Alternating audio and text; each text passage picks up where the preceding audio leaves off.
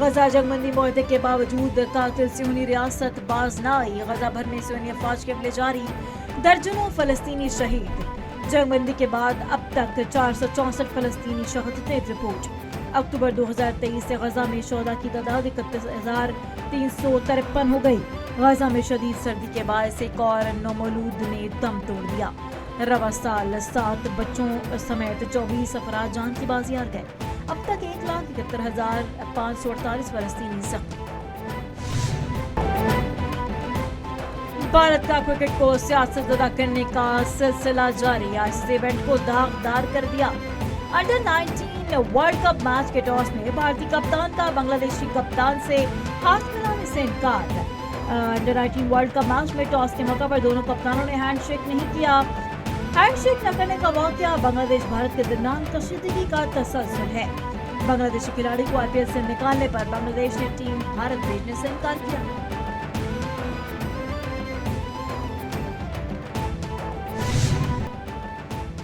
وزیر پنجاب ارم نواز کے بیٹے جنید سختر اور شانزی علی شیخ کی ولیمے کی تقریب، سابق وزیر اعظم میاں نواز شریف، وزیر اعظم شہباز شریف، وفاقی صوبائی وزراء، غیر ملکی مہمان شریک ہوئے۔ مہمانوں کی تواضع کے لیے مختلف کھانے، مٹھائیاں، فوڈ ٹرائفل تیار۔ گزشتہ روز مہندی کی تقریب ہوئی جس میں 350 افراد نے شرکت کی۔ دلہن شانزی علی مسلم نون کے سینئر رہنما، سابق رکن قومی اسمبلی شیخ روہیل اصغر کی پوتی ہیں۔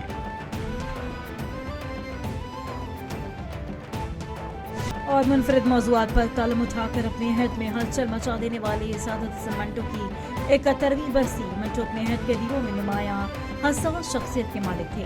2013 میں منٹو کو نشان امتیاز عطا کیا گیا۔ منٹو کی 85ویں برسی پر حکومت پاکستان نے ان کی یاد میں 5 روپے مالک کا ڈاک ٹکٹ جاری کیا۔ ترقی پسند ادیب سعادت حسن منٹو 18 جنوری 1955 کو لاہور میں انتقال کر